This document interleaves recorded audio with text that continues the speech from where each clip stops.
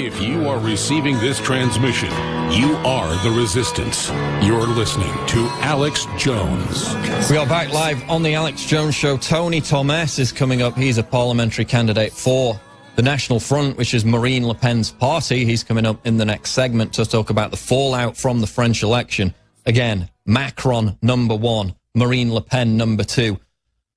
The polls show or suggest that it's not going to be that tight a runoff because, again, all the establishment money is flooding in behind Macron. He's in pole position to coalesce that support. Again, his entire campaign literally created by the same bureaucracy, the same outgoing government. Now you see Francois Hollande has endorsed him exactly as I predicted in that video, which we played on last week's show. So Macron heads to the final round on May the 7th again. Globalism versus nationalism. The polls suggest it's not going to be tight. What could happen in that 2-week period that could change that? We're going to talk to Tony Thommes about that very subject. But sticking with France, this is John Bound's special report. French election, a populist endgame. The results of the votes in the first round of France's presidential election show a tight race between populist favorite Marine Le Pen and centrist Rothschild creation, a.k.a. Hollande 2.0, Emmanuel Macron. Macron, a former member of the Socialist Party from 2006 to 2009, began running as a centrist under the banner he created as recently as April 2016. I have heard your expectations for a true change, for true democracy, for ecological and economic change, in order to build a future of a stronger France in a Europe that is a protecting Europe. For this, I need your vote, and I need your trust. While Le Pen has called for numerous immediate policies to deal with France's out-of-control refugee crisis. The time has come to get rid of all the arrogant people who want to dictate to the population what they should do. I am the candidate for the people. And it's an appeal to all the sincere patriots, whether they come from, whatever their origin, whatever they voted for in the first round. I invite them all to join us and to abandon old-fashioned quarrels and to concentrate on what is the superior interest of our country. That was really essential. And that's what's at play, the survival of France. So I call upon them to unite behind our project of renewal, and they will be our brothers. Macron walks a vague line on the refugee invasion, even offering a foolish culture pass in the vein of Merkel's policies, which have clearly not worked and only served to fragment cultural integration, and its failure to stave off a jihad mindset that has now been recently emboldened by Recep Erdogan's recent establishment of executive power to usher in his revolving door caliphate of terror into Europe. Populism, a shot of antibiotics into the arm of globalism, is still gaining traction, and the globalists are horrified. We want to avoid going back to nationalism, populism, extremism, which is taking us down the wrong path. This is why Europe doesn't work. This is why we have populism, because Europe is weak with populism. You're turning a blind eye to what actually happening in these countries. We have hunters organizing some safaris, to sort of hunt down the migrants. We have all this speech of racism, of hate, of xenophobia. And what you say on TV and what Europe says on TV is, oh, actually, they are good partners. It's okay. No, it's not. The far-right leader, Marine Le Pen, doing very well and ultimately winning. She's campaigned for France leaving the euro. Would that trigger a financial crisis? It would certainly entail a major disorder and a risk of dislocation. But what I do know is that if Marine Le Pen were to win, and whilst the odds looked to be against that, the odds looked against Brexit and the odds looked against Trump, and we're living in a whole new different world, if she did win, then it would be the end of the European project. The enemies of populism want the concerns of rational individuals reined in. Will the globalist... You can watch the rest of that report on Resistance News on our YouTube channel. Coming up, Tony Thommes. We are back live on the Alex Jones Show in this second hour, and I'm delighted to be joined by our guest. Of course, we had the French election yesterday. Marine Le Pen through to the second round. Macron, the establishment candidate, winning Our guest is Tony Thommes. You can find him on Twitter at Tony, Thommes. He is a National Front candidate for the French Parliament, and he's in South Korea, actually, where it's very late, so we really appreciate him taking the time. Tony, welcome to the show. Hey, Paul. Thanks for having me. Now, of course, Marine Le Pen is through to the second round. Many people said she needed to come first to build that momentum and that Macron needed to be knocked out. Of course, Macron, according to the polls, will beat her in the runoff, according to many people. How does Le Pen overturn that deficit in the next 2 weeks? Is it possible for her to come from behind and beat Macron? Well, I think she needs to unite the people that believe in sovereignty, that believe that we need to control our borders, that we need to control immigration, because, in fact, there's a majority of people in France that believe that. The problem is that even though they believe that immigration should be reduced, they're still voting for establishment parties because of the media propaganda about how the National Front would not be able to rule the country, and all of these kind of bullshit reasons, to be honest. So I think we need to make them understand that they need to vote for what they believe in. And we've already won the battle for the minds. We've already won the battle of ideas. Because I've got a poll there from 2013, and you have 74% of people, of French people, that think that Islam is not compatible with the values of French society. 74%. And that's across the political parties. Even centre-right, centre-left, even far left. You've got 59 people on the far left who believe that Islam is not compatible with the French values. So yeah. I think we just need to get these people to vote for us, really. We even had a poll recently where I think it was over 65% in France said they wanted a complete halt on all Islamic immigration. Absolutely incredible numbers, yet still they're voting for Macron in such large figures. I want to ask you about this report. I don't know if you saw this.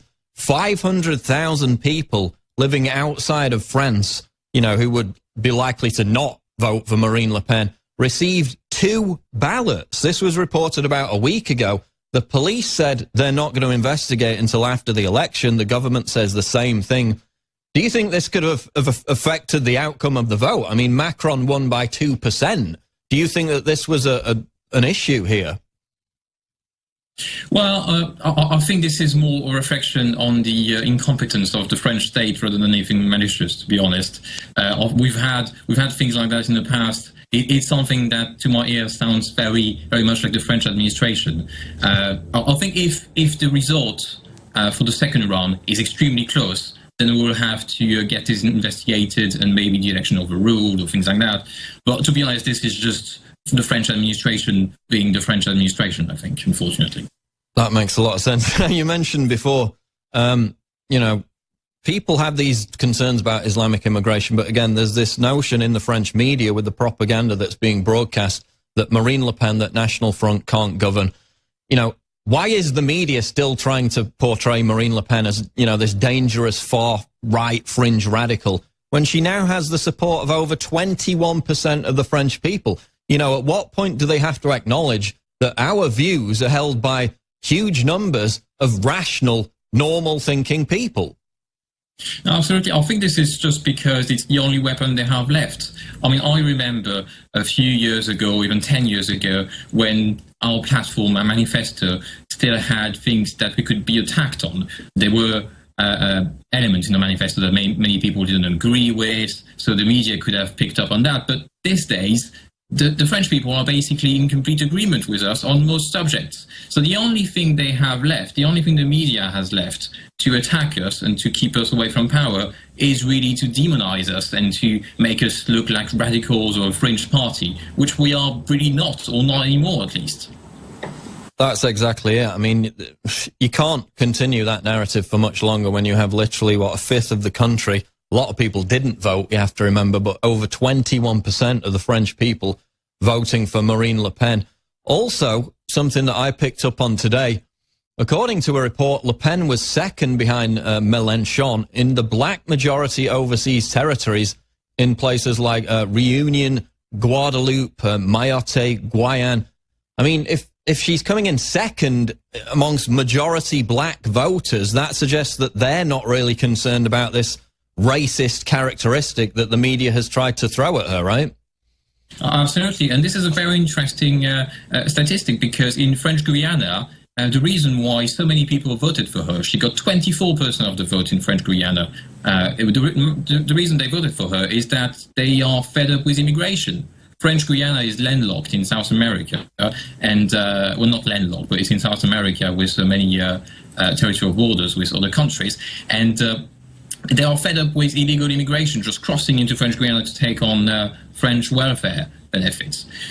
And this is just something that appeals to people across the different ethnicity and across the different origins. People need to have borders to protect themselves wherever they come from. And it's the same thing in other French overseas territory, which are completely overrun by illegal immigration.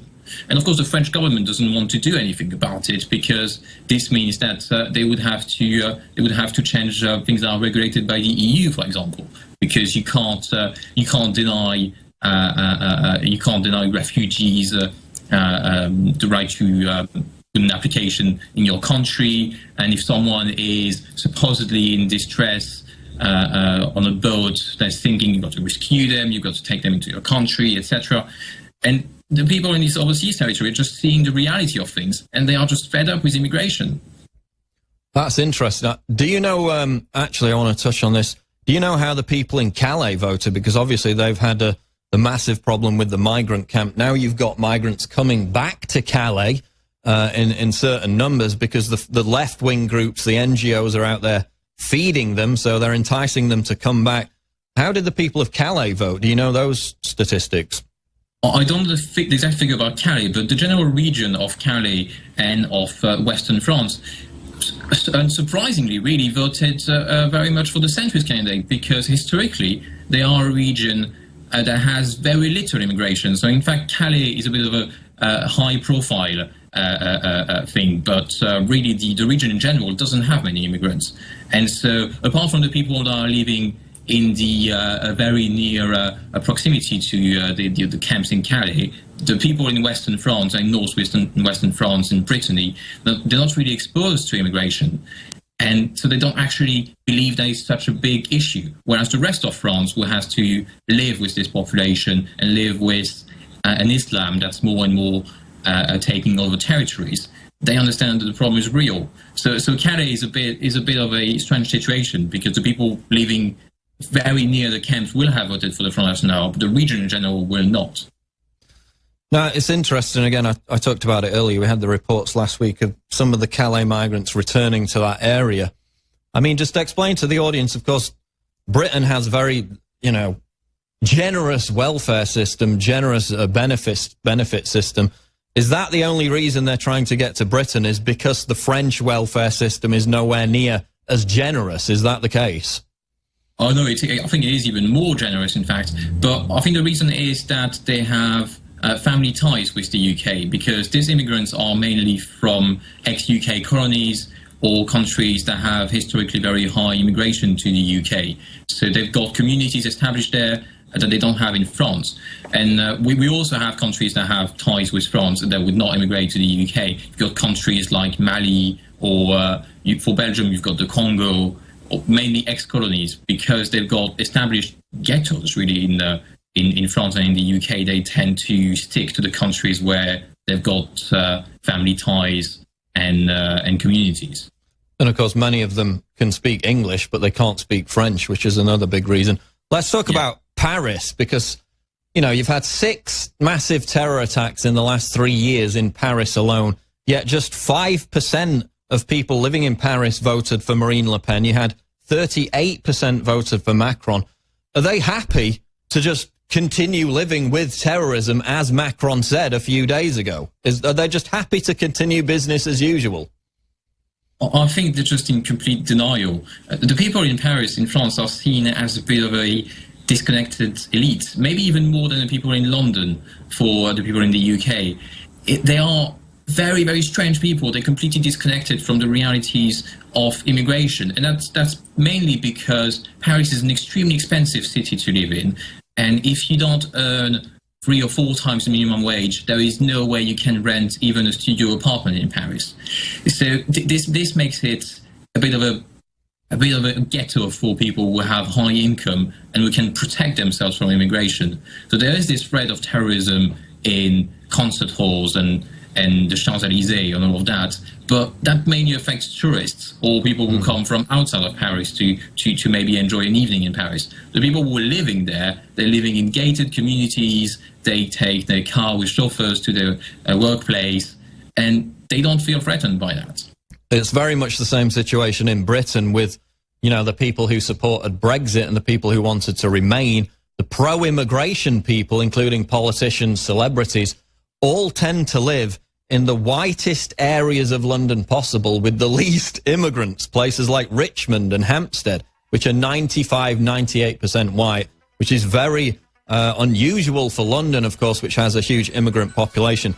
We're going to go to a break now. We're going to come back with Tony Thommes to talk more about Macron, what he stands for, and the runoff coming up on May the 7th. It is populism versus globalism. Once again, this is the Alex Jones Show Live. Breaking news at Infowars.com. Stay tuned. We'll be back. We're live on the Alex Jones Show. There's a breaking news story out of Dallas. This is FoxNews.com. 2 people reportedly shot at Dallas office building. The SWAT team is on the scene, so we're following that story closely to see if anything comes of that. Again, a shooting in Dallas at an office building. But we're talking to Tony Thommes. He is a National Front candidate. Before I go on, Tony, just explain, you're running for Parliament for the National Front, correct? Yes, I am. I'm running in the constituency for Northern Europe expats. So in the French Parliament, we've got constituencies for expats all around the world. And my constituency has the UK, Ireland, Scandinavian countries, and the Baltic states. So the French people in these countries can vote for their MP, and I'm hoping that they choose an MP to represent the notions of sovereignty and to really make France great again. Because if Macron is elected, unfortunately, we will need a stronger opposition in the National Assembly. And does that vote take place on May the 7th, or is that after May the 7th? No, it's on June the 4th. Okay, we'll look out for that. Yeah, I'm going to read you a quote talking of Macron. This is what Nigel Farage said yesterday. He said, quote, "Macron's speech was vacuous nonsense. Other than backing the status quo, he says nothing." Now, Tony, you know, if Francois Hollande was so unpopular that he didn't even bother to run, why are large numbers of French people set to vote for someone who's almost indistinguishable from him? He managed to make himself look new, and to be honest, this was politically an incredible achievement. He managed to run on the same platform that Hollande ran on. He was a minister of Hollande, an economy minister for many years, but somehow he managed to make people think that he was a new face of French politics and that he could bring change. And it's a bit of a unique situation where you have a country that is majority anti-immigration, that is majority suspicious towards Islam, that is voting for a candidate that is from the majority that was there before, and that they hated so much. So I think he just managed to market himself. He's a man that worked in marketing, and he's a man that has experience in banking. I think he's just very good at PR. And the French people for the second round need to realize that there is something beyond PR, and that they need to read the manifesto and really think hard about, do they agree with what Macron stands for? There you see a headline out of Bloomberg. Le Pen camp attacks frontrunner Macron as oligarch's candidate. I was reading that his entire campaign was basically cooked up 3-4 years ago inside the Elysee Palace, that they knew Hollande was going to be unpopular, that he wouldn't be able to win again. Is that true, that they actually had planned this kind of fake populist campaign from within the bureaucracy several years ago? It's very possible, and if that's the case, really Hollande pulled a very successful trick, because he knew he was not going to get elected again because he's too unpopular, and honestly and objectively he's done a terrible job leading the country, but he wanted to stay in power, even indirectly, with someone he knew and he could control. And I think it's very possible, it's very likely, and it would be very much like Holland, to have created this character out of Macron, and to have created sort of fake opposition within the government about Holland being more moderate on reforms, economic reforms, than Macron, to have shaped this character as some sort of even anti-establishment, even though he is the most establishment figure we've ever had in French politics. So it's very possible they've tried to do that, and if they have tried, they have unfortunately succeeded for the first round. Yeah, we had an article up earlier, which was James Delingpole. Manchurian candidate Macron is France's Obama. And it's very much that kind of thing, isn't it? But again, they sold him on the fact that he wasn't a member of either major political party. So people have... I thought they were... You know, the polls showed a couple of months ago some of his support was slipping. It didn't seem as energetic, and that the people were finally figuring out that he is the establishment candidate. But I guess it's... The propaganda's so strong that National Front could never run a government that a lot of people are just voting out of fear for what, you know, better the devil they know, I guess, right? Yes, and the media were completely unashamedly biased toward Macron. It was, I mean, I try to be objective, and I don't always label the media as completely biased and all of that, but in this case, it really was. It was so obvious. And we had cases where journalist unions were actually calling out the French media about the propaganda, because they felt themselves that they were not being professional in covering this election. So it's just been incredible, the amount of propaganda that was there. And just on the establishment candidate theme, we got 10 seconds. We'll get back. Just hang on. Next segment coming up. Big long segment with Tony Thommes. This is the Alex Jones Show live. We'll be back. Infowars.com. We're live on the Alex Jones Show talking to Tony Thommes, who is running there for the National Front in the French Parliament. I'm going to read this out of James Delingpole's article about Emmanuel Macron, the establishment candidate. He's making the argument that there won't be a repeat of Brexit, that Le Pen won't win. He writes, "It won't happen yet in France, a country whose political system has more in common with Putin's Russia or Erdogan's Turkey or some African hellhole with a president for life than it does with liberal democracies. That is, Emmanuel Macron is going to win this presidency because it was decided long ago by France's establishment that he was the least worst option of the candidates available. The fact that he is a hollow man, a slippery snake oil salesman with a winning smile and nice suits," sounds like the French Tony Blair, "who will do almost nothing seriously to address France's massive social and economic problems, is a help, not a hindrance. Emmanuel Macron is the left-leaning French establishment's Manchurian candidate." So, Tony, people like James Delingpole are convinced that Le Pen has no chance whatsoever of overturning this. Does she have a chance? What does she need to do in the next 2 weeks? And before the break, you were finishing up your comments about the other establishment candidate. Go ahead. Yeah, so basically regarding the establishment candidate, the Socialist Party, so the party that François Hollande is a member of, did have a candidate, but it was really a placeholder candidate, because he only got 6% of the vote, whereas normally the Socialist Party gets about 20% of the vote. So they managed to pull this trick where they had just a token candidate to make it look like Macron was an independent, but really he was the actual socialist candidate. And regarding what Marine Le Pen needs to do to win, she needs to unite the people that think that France should remain France and that we should control immigration, our borders, and keep our sovereignty. It's going to be a uphill battle because Macron is seen as a safe choice, but really he isn't, because we are in very troubled times. Terrorism is striking France over and over again, and if we have 5 years of Macron, or God forbid 10 years, I'm really scared about what will happen to our country, and it could go very, very badly with terrorism.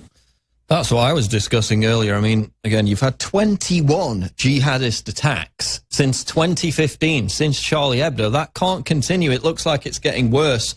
You know, whenever a terror attack does happen in France, people just roll their eyes at this point. I mean, people forget about it within 2 days and it's gone, right? The incident on Friday. I mean, everybody's forgotten about that now. It could start happening every single week.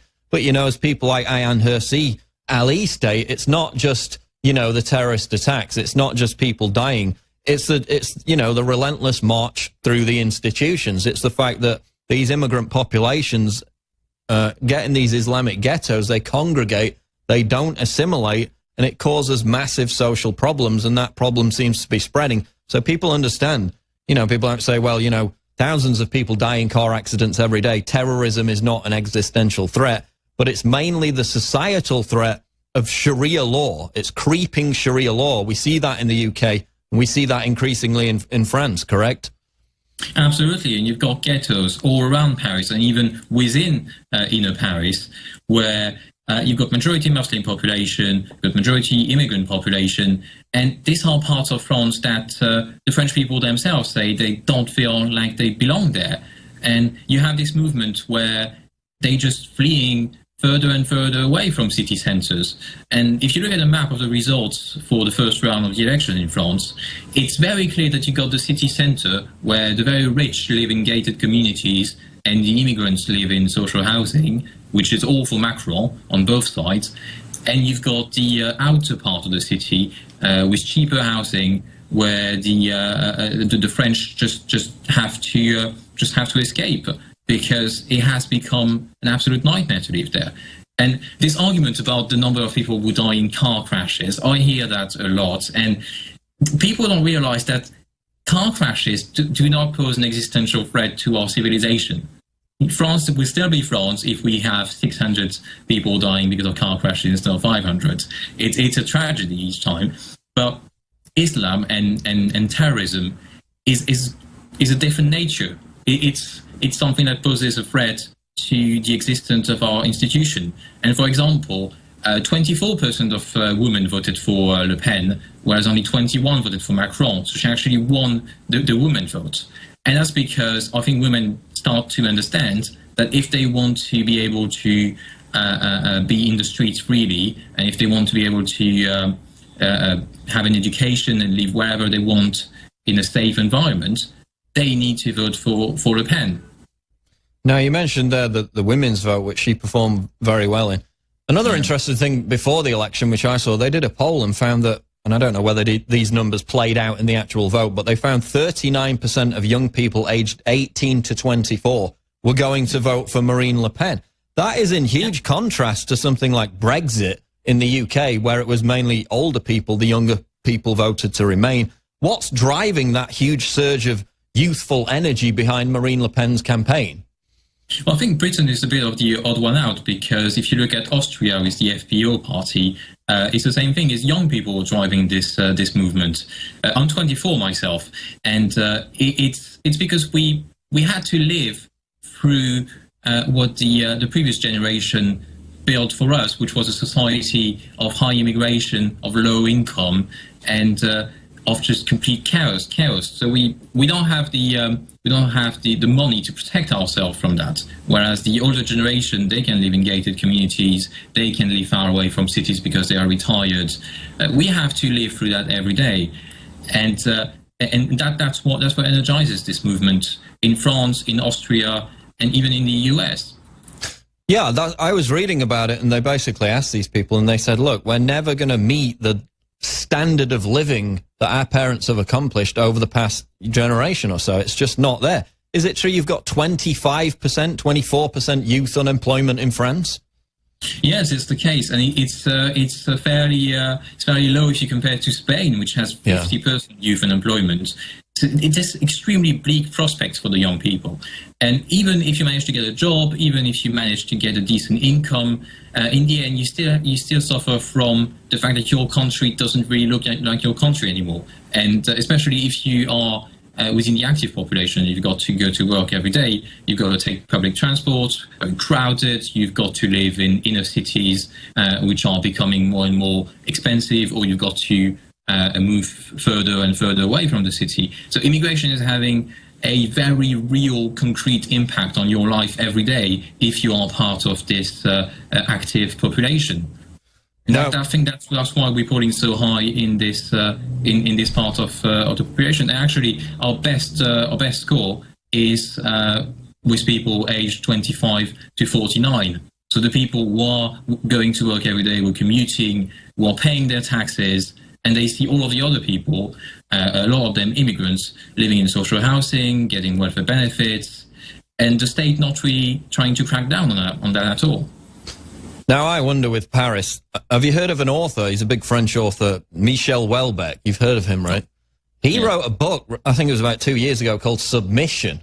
And I think the plot of this book was the leftist government in France or in Paris has to form an alliance with an actual Islamist government to pander to cater for, and to kind of, you know, calm down this growing Islamist resentment.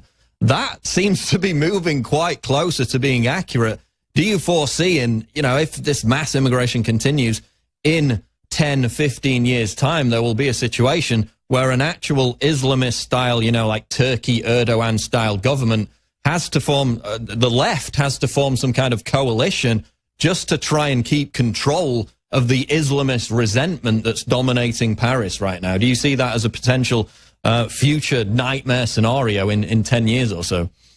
Well, the scary bit of that is already happening in local politics. So around Paris and around big cities, you've got these majority Muslim ghettos, and the local politicians are generally people from very wealthy backgrounds, and they just get sent there.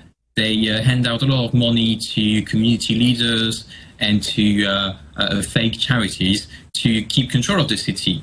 And we had corruption scandals regarding these territories. We had plenty of fraud issues, voting fraud. So it's already happening in local politics. You see this hand-to-hand approach between the left and the Islamic communities in this part of France. And unfortunately, it's very likely that, as you say, it might move into national politics. And maybe 10 years from now, we will have the same kind of thing that we have in outer Paris in the Élysée Palace, which would be really the end of France, I think. We've talked about it before, this alliance between the left and Islamists.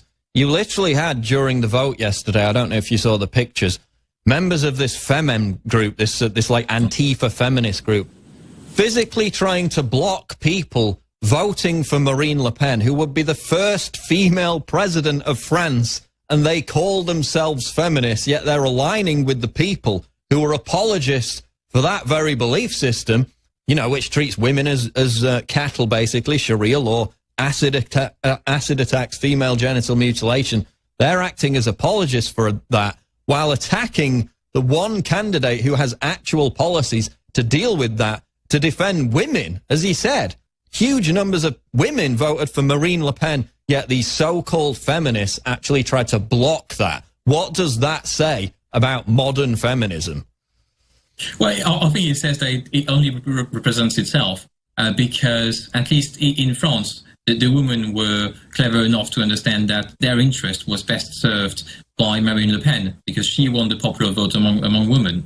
So I think these groups, they only there to get their attention from the media, and thankfully in France at least, they are only a handful of people, and they get a lot of media attention, but they are absolutely nothing in the general public. Nobody's following them, nobody knows who they are, nobody supports them, and the actual people of France and the women are supporting Marine Le Pen in very large numbers.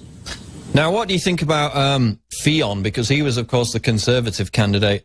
He basically fell flat. Do you think that the establishment Conservative wing in France will be largely irrelevant now for years to come, given Fillon's failure?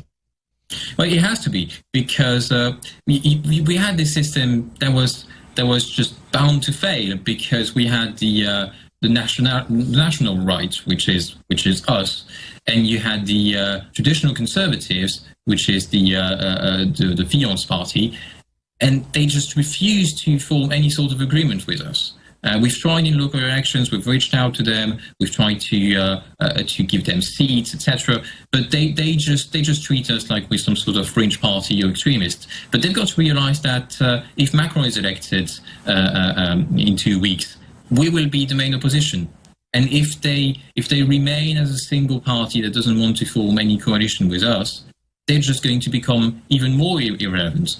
And within the party, for the first time, you start seeing tension between the people who are very much part of the establishment and who say, oh, I will definitely vote for Macron, I think all the conservative people of France should vote for Macron.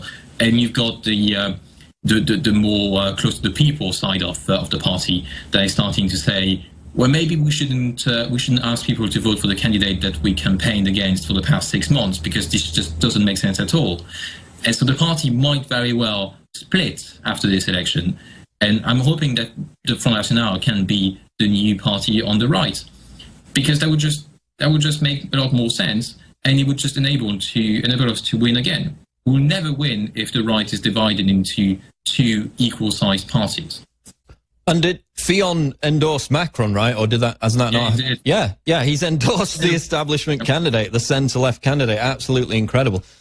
We got a few minutes left. We're going to talk about your AMA, but I just want to move on. You're in South Korea right now, and we appreciate that because it's really late at night there. Of course, we've had the build-up of tension with North Korea. We've had threats of a 6th nuclear test. Obviously, if there was a conflict, North Korea would probably try to attack Seoul, which is where you are right now. I just want to get a sense of the mood of the people living in Seoul. We've had reports that some of them were sending panicked text messages to each other a few weeks ago. What sense do you get of the mood in Seoul? Is it quite animated, or is it calm right now? It's very calm. I think people are used to this kind of tensions. It happens every 2 or 3 years. There's this kind of peak of tension, and then it just calms down. People are a lot more excited about the presidential election, because they had their president impeached.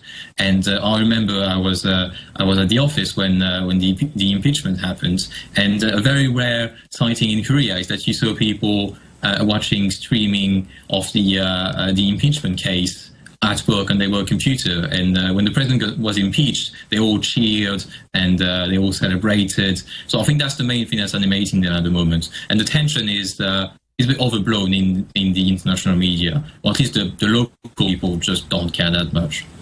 Yeah, they're used to it by now. That makes a lot of sense.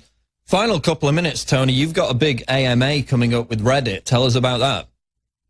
Yeah, well, I'm basically trying to get to the core of the establishment, of the people who think that the Front National is a French party, and I'm trying to tell them that no, we're just normal people. I'm an engineer. I work for a big company in Cambridge in the UK where I live. I'm just a normal guy, and there was this opportunity to run for parliament, so I just thought, I'm going to run for what I believe in. And these people are on Reddit, on Our Europe. They are genuinely convinced that we are some sort of extreme right party, that we're all marginals, and that we may be dangerous for democracy. I don't even want to try to convince them to vote for me, because most of them are not even French. But I just want to expose them to the reality of the Front National, which is just normal people who believe in borders, in sovereignty, and in controlled immigration, getting together and trying to get that into French Parliament. And that's coming up. Give us the date for the Reddit. That's Reddit Europe, correct? Yeah, so that's this Saturday at 5 p.m. British time. All right, sounds good. And people can find you on Twitter. Give out the Twitter handle. So that's Tony, T-O-N-Y, Thommes, T-H-O-M-M-E-S. Okay, we're going to leave it there. Tony Thommes talking about Marine Le Pen and the populist revolution sweeping France. Tony, thanks for joining us today.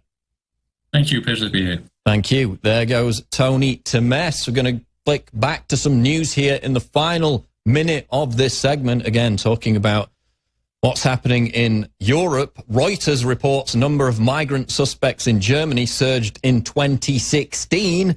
We get called conspiracy theorists every time we bring this subject up of migrants being linked to crime explosions. Well, the Interior Minister of Germany, Thomas de Maizière, said crimes committed by refugees had, quote, increased disproportionately since last year. So last year they had a 5.7% migrant crime rate. It's gone up to 8.7%, I believe, this year. Again, massive spike. They can't cover it up any longer. The media tried to cover it up. Now it's outflowing at the seams, and they just can't bury the truth any longer. The huge social problems that this migrant crisis is causing in Europe. We'll be back with more news after the break. It's the Alex Jones Show live, Infowars.com. We are live on the Alex Jones Show. Tommy Robinson coming up in the next hour to talk about all his recent activities, and they are varied. Some very interesting videos coming up. Going to dip back into the news here in a second on North Korea, but we have to tell you right now about this amazing discount. The first time ever this product has been on discount at InfoWarsStore.com. It is Caveman True Paleo Formula, 20% off for the first time ever. 20% off on our Caveman True Paleo Formula at InfoWarsStore.com while supplies last. Caveman fuses super high quality bone broth with more than 7 different primal superfoods. It's all in this amazing tasting formula. 5-star independent reviews. Supports healthy muscles, fights free radicals, and so much more. It has the turmeric root, the chaga mushroom, bee pollen, bone broth. It really is the ultimate in true paleo nutrition. See why. Hundreds of listeners have given Caveman 5 stars on InfoWarsStore.com through our verified third-party review platform and experience the benefits for yourself. Secure it right now. 20% off. First time ever we've had a discount on Caveman True Paleo Formula at InfoWarsStore.com. That goes to support the growth, the survival of this network. You've seen what they're doing to people like Bill O'Reilly, people like Sean Hannity now. All the attacks are personal. All the attacks are financial. They can't compete with us on a level playing field. They don't have the better argument, so they try to sabotage our very foundation. Well, you're our foundation, and you've not deserted us. You've supported us at every turn by getting the products at InfoWarsStore.com. 20% off Caveman True Paleo Formula for a limited time only. Secure your bottle now. InfoWarsStore.com. Final couple of minutes in this segment. Let's switch back to some North Korea news because we were talking about it with the guest there. He was in South Korea, in Seoul. This is out of Zero Hedge. An increasingly worried Chinese president tells Trump to exercise restraint over North Korea. Now, bearing in mind, over the weekend, we had North Korea warning China of, quote, catastrophic consequences to bilateral relations if they continued this approach of trying to tamp down North Korea's aggression, their belligerence. Well, hours later, which I found interesting, China came out in their official Global Times mouthpiece and said that they won't tolerate regime change in North Korea, which has been talked about in the background. Remember the reports about SEAL Team 6 being sent in to take out Kim Jong-un? There were rumors about that. There were discussions about that. Well, according to an official government mouthpiece, which is the Global Times, it's the voice of the Chinese Communist Party, they said, quote, Beijing would never sit back and watch foreign military forces overthrow the Pyongyang regime. So they came out forcefully over the weekend and said they're not going to sit back and do nothing if the US, if the Trump administration sends in those special forces to try and take out Kim Jong-un, which there were reports of about a week ago. Now, Zero Hedge reports France and the European Union populist wave may be fixed for now, but geopolitical concerns remain, as was made clear last night when during a phone call late Sunday between Chinese President Xi Jinping and Donald Trump, the North Korean neighbor called for all sides to exercise restraint as Japan coordinated exercises with a U.S. aircraft carrier strike group headed for Korean waters. So China is still increasingly concerned about this, but again, they've come out officially over the weekend and said, we will not sit back if there's an invasion force that goes into North Korea, if there's any attempt at regime change. Absolutely huge statement. We'll be back with more news coming up. Alex Jones Show Live. Don't go away.